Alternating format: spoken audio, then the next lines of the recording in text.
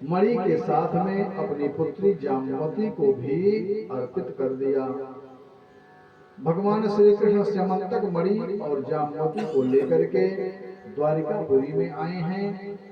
उस समय कथा की समाप्ति पर ब्राह्मण भोजन करके आशीर्वाद दे रहे थे। पत्नी सहित श्री कृष्ण को देख करके आनंद सा छा गया। मणि सत्राजित को दे दी गई और द्वारिकावासी सारा हाल जान करके सत्राजित को धिक्कारने लगे। इसके बाद राजा सुद्युम्न की कथा का प्रसंग आता है। एक समय कुंभयोनि अगस्त जी ने भगवान कार्तिकेय के पास जाकर के उनकी पूजा करके उनसे अनेक प्रकार के प्रश्न किए। तब कार्तिकेय जी ने उनके दान, तीर्थ और व्रत आदि से संबंधित अनेक कथानक सुनाए हैं। और इसके पश्चात अगस्त जी ने उनसे कहा कि आप कृपा करके मुझे श्रीमद् देवी भागवत महापुराण के महात्म्य तथा श्रवण की विधि भी बताने की कृपा करें। तब कार्तिकेय जी कहते हैं कि हे ब्रह्मन, श्रीमद् देवी भागवत के महात्म्य को तो कहने में कौन समर्थ है। मैं आपको संक्षेप में श्रवण कराता हूँ। इस पुराण में शाश्वती सच्चिदानंद स्वरूपा और भोग तथा मोक्ष प्रदान करने वाली जगदम्बा स्वयं विराजमान हैं। इस पुराण के श्रवण से इस लोक में कुछ भी दुर्लभ नहीं है। सब कुछ जो इच्छा है वही प्राप्त होता है। श्रीमद् देवी भागवत महापुराण के पूजन और श्रवण से अब आप सुनिए कि विवस्वान के पुत्र हुए श्राद्ध देव जो निसंतान थे, उन्होंने गुरु वशिष्ठ जी की अनुमति से पुत्रेष्ठ यज्ञ कराया था। परंतु उनकी पत्नी ने यज्ञ के ब्राह्मणों से प्रार्थना की कि मुझे कन्या चाहिए। अतः ब्राह्मणों ने कन्या प्राप्ति के लिए संकल्प से आहुति डाली। अतः पुत्र के स्थान पर पुत्री का जन्म हुआ। रानी श्रद्धा ने उसका नाम इला रखा। राजा श्राद्धदेव ने गुरु जी से कहा कि हे गुरुदेव, यह यज्ञ तो पुत्र प्राप्ति के लिए हुआ था, फिर कन्या कैसे प्राप्त हुई। तब वशिष्ठ जी ब्राह्मणों से पूछते हैं कि हे ब्राह्मणों, यह व्यतिक्रम कैसे हुआ। तो ब्राह्मणों से समाचार जान करके उस पुत्री इला को ही भगवान की कृपा और अपने तप के प्रभाव से पुरुष बना दिया गया और उसका नाम सुद्युम्न रख दिया गया।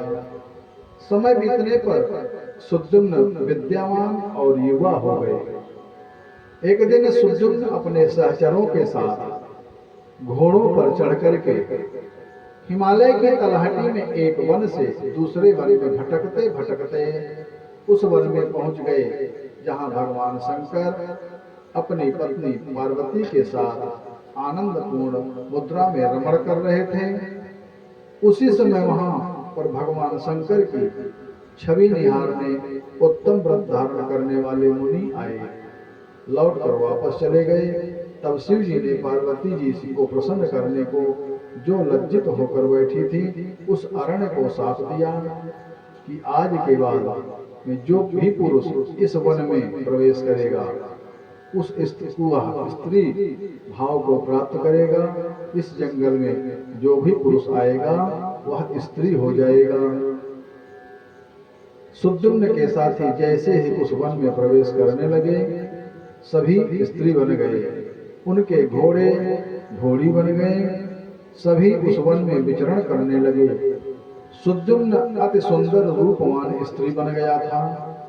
जंगल में उसे देख करके बुध उस पर मोहित हो गया। सुंदरी भी उस पर मोहित हो गई। दोनों रमण करते हुए रहने लगे। समय बीतने पर उस तरुणी ने पुररोवा नामक पुत्र का जन्म दिया। इस प्रकार बुद्ध के आश्रम में रहते हुए एक दिन उसे अपने पूर्व वृत्तांत का ध्यान आया। हे महर्षि अगस्त्य जी, वहां से चलकर वह मुनि वशिष्ठ के आश्रम में जाकर के पूरा समाचार श्रवण करा दिया और उनसे पुनः पुरुषत्व की प्रार्थना की। और उसकी प्रार्थना सुनकर के वशिष्ठ जी ने कैलाश पर्वत पर जाकर के विधि विधान से उनकी पूजा करने लगे। वशिष्ठ उवाच नमो नमः शिवायास्तु शंकराय कपर्दिने गिरिजाधारंग देहाय नमस्ते चंद्रमौलये। वशिष्ठ जी कहने लगे कि हे शिव शंकर, गिरजा के अर्ध अंग एवं चंद्रमौली को बार बार नमस्कार किया। और इस प्रकार वशिष्ठ जी ने शंकर जी की स्तुति करके प्रार्थना की। वशिष्ठ जी की विनती सुनकर के शिव जी प्रसन्न होकर के कहने लगे कि हे ब्राह्मण देवता, हे ऋषिवर, आप मनोवांछित वर मांग लीजिए। तब वशिष्ठ जी कहते हैं कि आप इला को पुरुषत्व प्रदान कर दो। शंकर जी कहने लगे कि अब से यह 1 मास तक पुरुष और 1 मास महीने तक स्त्री रहेगी। इसके पश्चात वशिष्ठ जी ने जगदम्बिका पार्वती जी की स्तुति की। जय देवी महादेवी भक्तानुग्रहकारिणी जय सर्वसुराराधे जयानंत गुणालये। हे महादेवी, हे भक्तों पर कृपा करने वाली भगवती, आपकी जय हो। समस्त देवों की आराधना स्वरूपा और अनंत गुणों की आगार आपकी जय हो।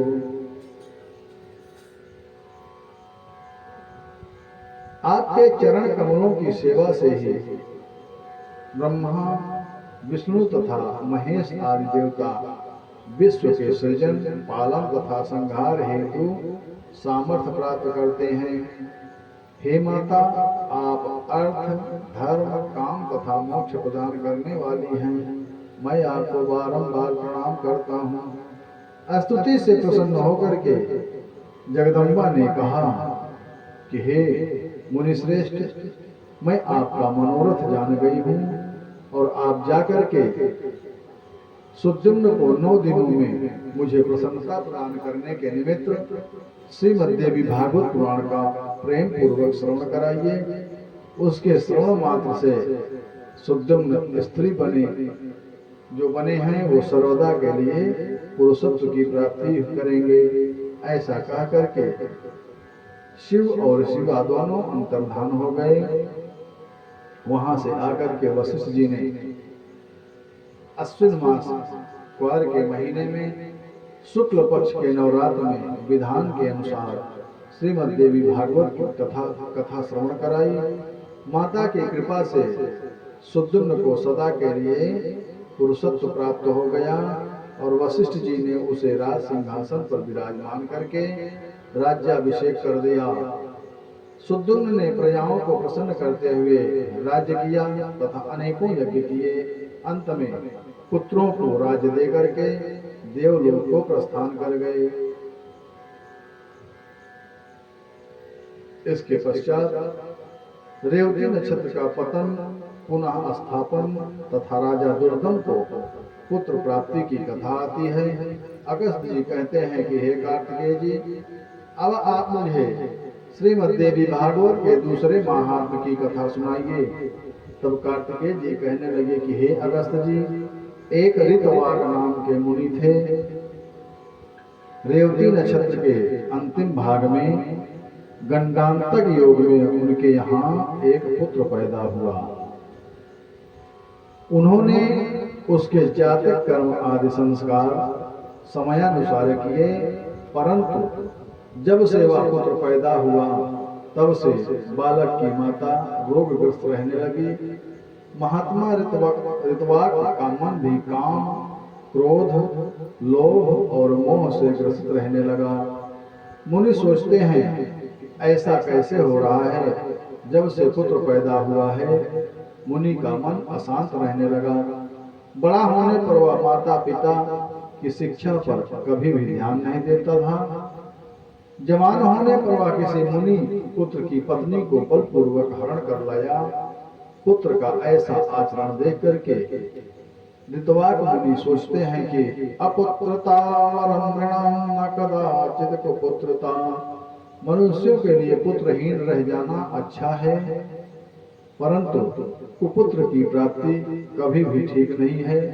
कुपुत्र स्वर्ग में गए हुए पितरों को भी नरक में गिरा देता है। माता पिता को कष्ट देने वाले पुत्र को धिक्कार है। धन्यास्ते मानवा लोके सुपुत्रो यद गृहे स्थितः, परोपकारशीलश्च पितुर्मातुः सुखाः। संसार में वे मानव धन्य हैं जिनके घर में परोपकार परायण तथा माता पिता को सुख देने वाला पुत्र हुआ करता है। कुपुत्र से कुल परिवार नष्ट हो जाता है, यश नष्ट हो जाता है, लौकिक और पारलौकिक जगतों में दुख तथा नारकीय यातनाएं झेलनी पड़ती हैं। कुपुत्रेणान्मयो नष्टो जन्म नष्टं कुभार्यया, कुभोजनेन दिवसः कुमित्रेण सुखं कुतः। कुपुत्र से वंश नष्ट हो जाता है, दुष्ट पत्नी से जीवन नष्ट हो जाता है, और विकृत भोजन से दिन व्यर्थ हो चला जाता है, और दुरात्मा मित्र से सुख कहां से मिल सकता है। कार्तिकेय जी कहने लगे कि हे अगस्त जी, आपने दुष्ट पुत्र से दुखी होकर के ऋतवाक मुनि एक दिन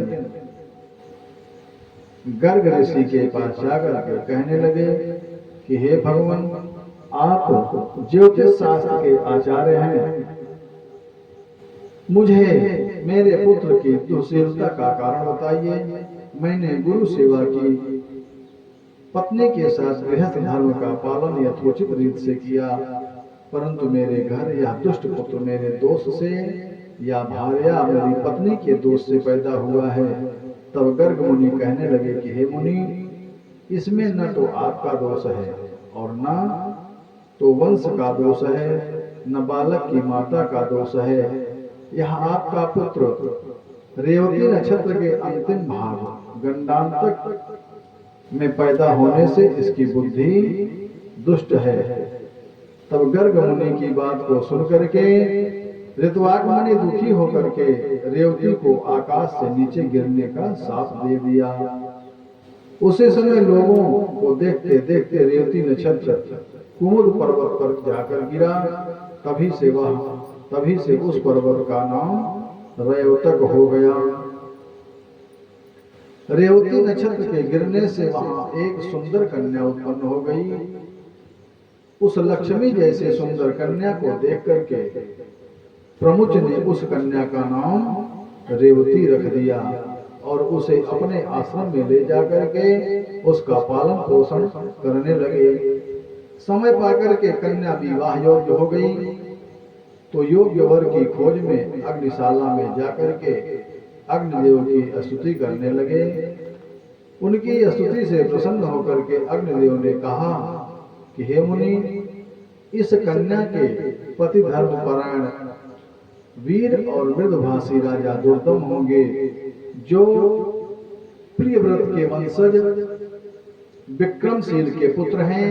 उनकी माता का नाम कालिंदी है। एक दिन राजा दुर्दम मुनि के आश्रम में गए। उस समय वहां मुनि नहीं थे।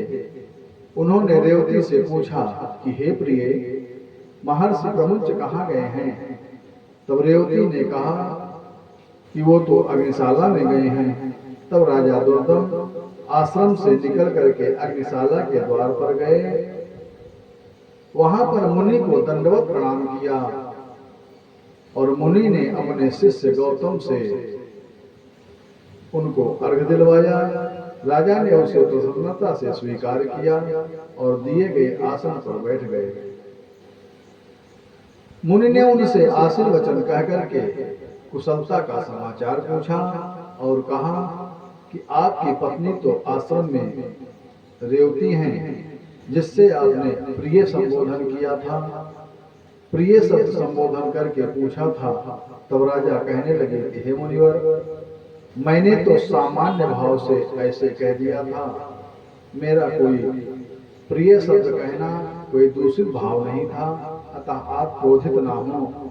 तब ऋषि कहते हैं कि हे राजन, मैंने अग्निदेव से रेवती के लिए वर के विषय में पूछा था, तो अग्निदेव ने मुझे राजा दुर्दम का ही नाम बताया था। अतः आपने अग्निदेव की ही प्रेरणावश ही प्रिय शब्द का उच्चारण किया है। अतः आप मेरी पुत्री रेवती को निश्चिंत होकर के वर्ण करिए। इस बात को सुन करके राजा चुप हो गए। विवाह की तैयारियां होने लगी। कन्या पिताजी से कहती है, आप मेरा विवाह रेवती नक्षत्र में ही करना।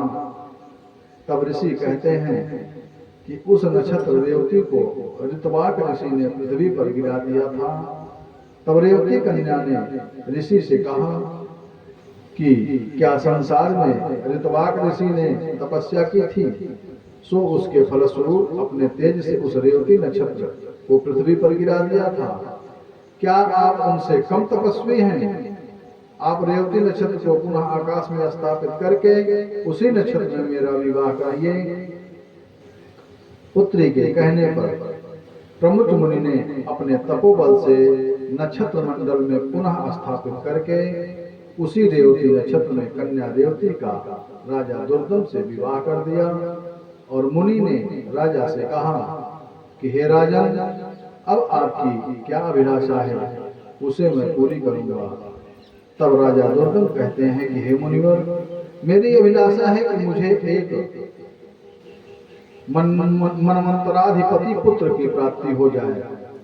मुनि कहने लगे कि हे राजन, आप भगवती दुर्गा की आराधना करके श्रीमद् देवी भागवत का 5 बार श्रवण कर लोगे तो तुम्हारे यहाँ रेवती के गर्भ से 5वां मनु रैवत नाम से वेदज्ञ, धर्मपरायण तथा अपराजित पुत्र होगा। मुनि से ऐसा आशीर्वाद पाकर के राजा अपने राज्य में आकर के धर्मपरायण प्रजा का शासन करने लगा। एक समय दुर्दम राजा के यहाँ लोमस ऋषि पधारे। राजा ने उनका आदर सत्कार का व पूजन किया और निवेदन किया कि हे प्रभु, आप कृपा करके मुझे श्रीमद् देवी भागवत की कथा को श्रवण कराएं, जिससे मेरे यहाँ योग्य पुत्र की प्राप्ति हो। तब लोमस ऋषि ने राजा दुर्दम और महारानी रेवती को शुभ दिन में श्रीमद् देवी भागवत की 5 बार कथा श्रवण कराई। 9वें दिन राजा ने नमाण मंत्र से हवन करके कन्या पूजन किया, भंडारा हुआ और फिर ऋषि लोमस को ग्रंथ पूजन करके विदा किया। ब्राह्मणों को दान मान से संतुष्ट किया। समय बीतने पर जब ग्रह नक्षत्र अपने अपने अनुकूल स्थानों पर आए थे, उस समय रेवती ने एक अनुपम पुत्र को जन्म दिया। महाराज दुर्दम पुत्र जन्म सुनकर के ऐसे प्रसन्न हुए जैसे महाराज दशरथ जी प्रसन्न हुए थे। दशरथ पुत्र जन्म सुन काना, दशरथ पुत्र जन्म सुन काना, मानव ब्रह्मा नंद समाना, परमानंद पूरी राजा, परमानंद पूरी राजा, कहा बोलाई बजा बाजा, कहा बोलाई बजा बाजा। राजा ने स्वर्ण कलश के जल से स्नान करा करके जातकर्म संस्कार करवाया और ब्राह्मणों को दान मान से संतुष्ट किया। पुत्र के बड़े होने पर उपनयन संस्कार करवाया, विद्या अध्ययन कराया, शस्त्र विद्या, धर्म परायण, आचार शिक्षा व वेदाध्ययन में पारंगत होने पर राजा प्रसन्न हुआ। ब्रह्मा जी ने आकर के रैवत को मनु के पद पर नियुक्त किया और वे श्रीमान मनवंतराधिप के रूप में पृथ्वी पर धर्म पूर्वक शासन करने लगे। सूत जी कहने लगे कि हे ऋषियों, कुमार कार्तिकेय से श्रीमद्देवी भागवत की महिमा सुनकर के अगस्त जी ने ग्रंथ और कार्तिकेय जी की पूजा करके प्रसन्न चित्त से चले गए।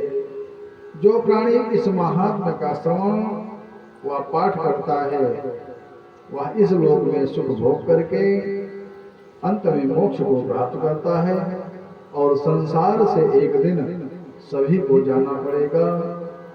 राजा रानी अश्वपति हाथिन के सवार, जाना सबको एक दिन अपनी अपनी पार।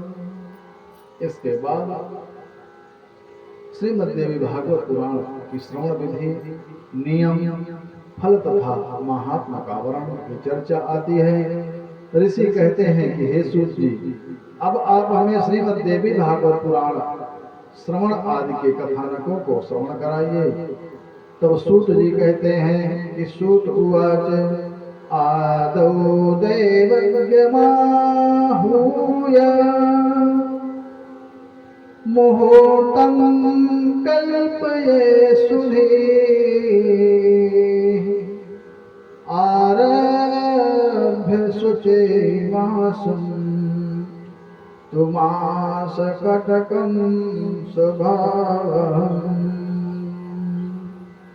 पुराण श्रवण के इच्छुक मनुष्य को ज्योतिषी को बुला करके शुभ मुहूर्त निर्धारित करा के ज्येष्ठ मास से लेकर के 6 महीने तक शुभ महीनों में हस्त, अश्विनी, मूल, पुष्य, रोहिणी, अनुराधा, मृगशिरा तथा श्रवण नक्षत्र में पुण्यतिथि व दिन में श्रीमद्देवी भागवत श्रवण कल्याणकारी होता है। देवी की प्रसन्नता के लिए इस कथा को चारों नवरात्रों में सुनना कल्याणकारी होता है, अथवा सम्यक विचार करके तिथि, वार, नक्षत्रों का शोधन करके अन्य महीनों में भी सुना जा सकता है। जिस प्रकार विवाह आदि के निमित्त आवश्यक सामग्री की तैयारी की जाती है, उसी प्रकार 9 दिनों की कथा को सुनने के लिए प्रसन्नता से आवश्यक वस्तुओं का संग्रह करना चाहिए। देश विदेश, नगर, गांव, रिश्तेदारों में कथा श्रवण हेतु सूचना निमंत्रण भेजना चाहिए। बैनर, पर्चों के द्वारा संदेश देना चाहिए कि अमुक दिन से अमुक स्थान पर श्रीमद्देवी भागवत की अमृतमयी कथा का आयोजन हो रहा है।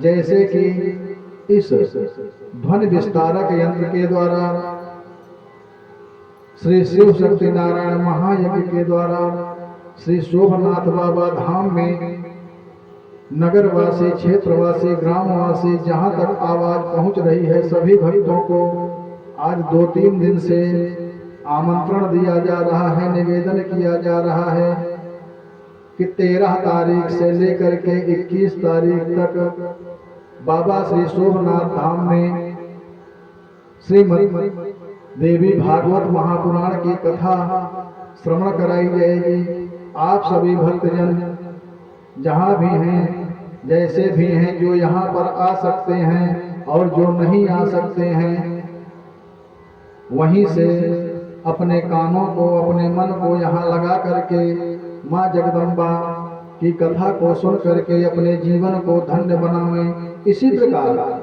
जो भी भक्त श्रीमद्देवी भागवत महापुराण की कथा सुनना चाहता है, वो अपने बंधु बांधवों, इष्ट मित्र, नात रिश्तेदारों को पत्र द्वारा, पोस्टर, बैनर द्वारा या घर घर पहुंच करके स्वयं निवेदन करें और उसके पश्चात श्रीमद् देवी भागवत की अमृतमयी कथा का आयोजन करें।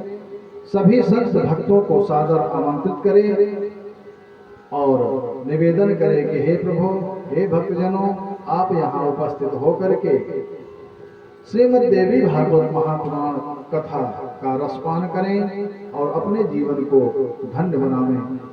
श्रीमद् देवी भागवत की पावन कथा तो गणेश भक्त, शिव भक्त, वैष्णव और शक्ति के उपासक, ब्राह्मण, क्षत्रिय, वैश्य, शूद्र, ब्रह्मचारी, गृहस्थी, वानप्रस्थी, सन्यासी, सकाम भाव वाले और निष्काम भाव वाले सभी को कथा पंडाल में उपस्थित होकर के कथा रस का पान करना चाहिए। यदि 9 दिनों तक कथा श्रवण करने को समय ना हो तो जितना समय मिले उतने समय कथा अवश्य सुननी चाहिए। कथा पंडाल को अच्छी तरह से सजाना चाहिए।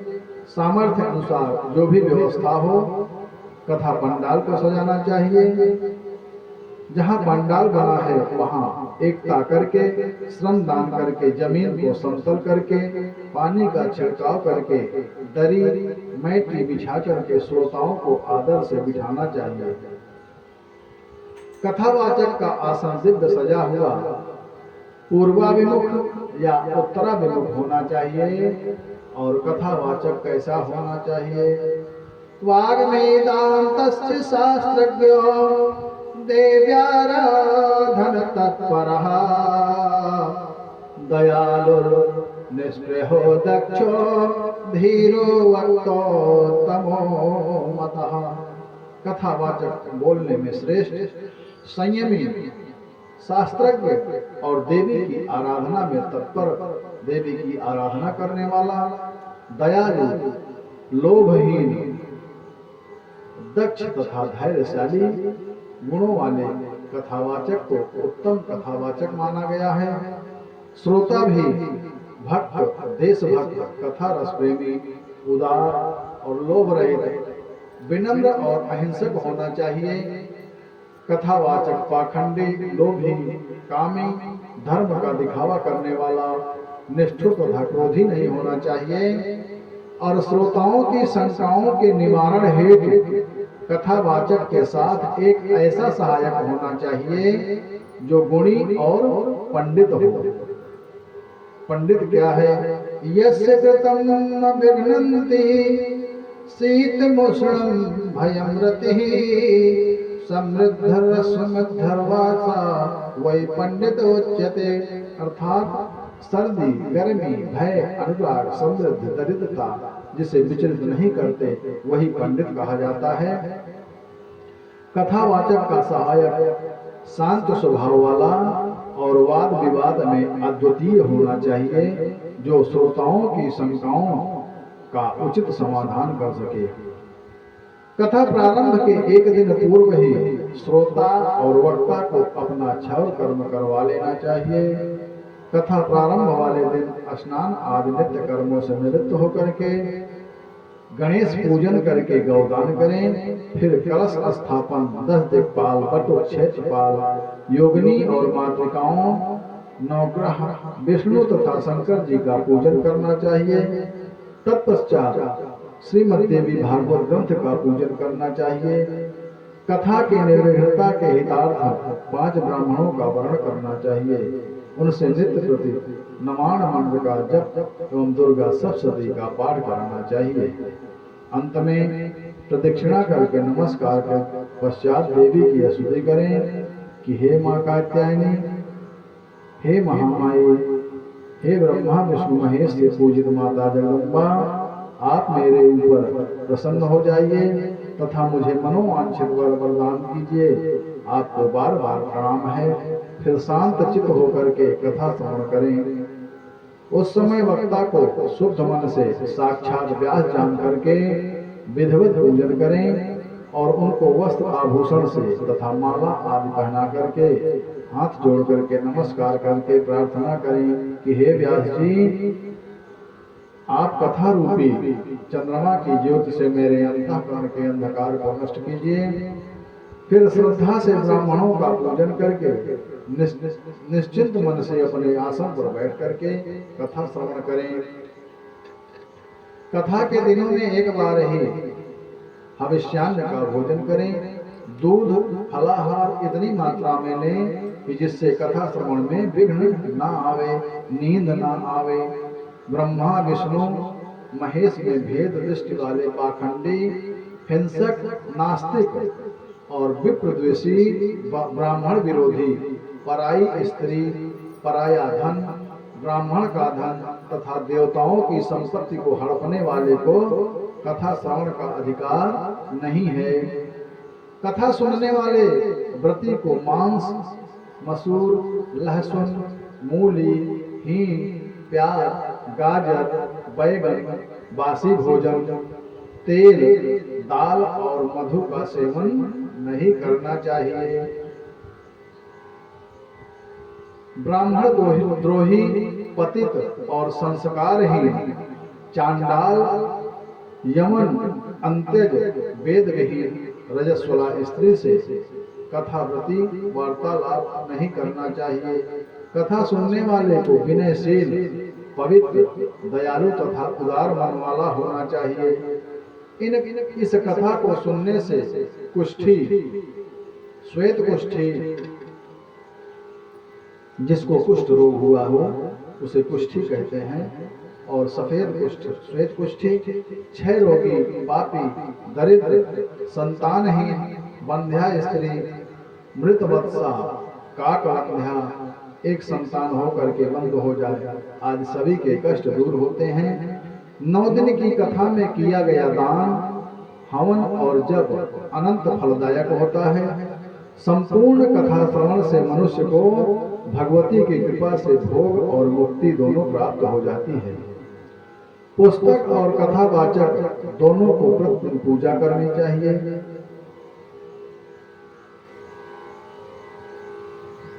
और वक्ता द्वारा दिया गया प्रसाद भक्ति भाव से ग्रहण करना चाहिए। सभी त्रुटियों की शांति के निमित्त कथा समाप्ति के दिन गायत्री सहस्त्र नाम अथवा विष्णु सहस्त्र नाम का पाठ करना चाहिए तथा जिनके नाम संकीर्तन से तप, यज्ञ, क्रिया आदि में न्यूनता समाप्त हो जाती है, उन विष्णु भगवान का कीर्तन करना चाहिए। कथा समाप्ति के दिन दुर्गा सप्तशती के मंत्रों से अथवा देवी महात्म्य के मूल पाठ से या नमाण मंत्र से हवन करें और घृत सहित खीर द्वारा गायत्री मंत्र का उच्चारण करके हवन करें, क्योंकि यह श्रीमद् देवी भागवत को गायत्रीमय कहा गया है। कथावाचक को वस्त्र, आभूषण तथा धन आदि के द्वारा प्रसन्न करना चाहिए, क्योंकि व्यास के प्रसन्न होने पर सभी देवता प्रसन्न हो जाते हैं। ब्राह्मणों को भी भोजन करा करके दान मान से संतुष्ट करना चाहिए। मनोकामना की ब्राह्मणों को संतुष्ट करने से मनोकामना की पूर्ति हो जाती है। स्वर्ण, गौ, हाथी, घोड़े और भूमि का सामर्थ्य अनुसार दान करना चाहिए। कथा श्रवण के भी कुछ नियम हैं। कथा मंडप में कथा सुनने फल, फूल, मुद्रा तथा वस्त्र लेकर ही कथा श्रवण करने जाना चाहिए।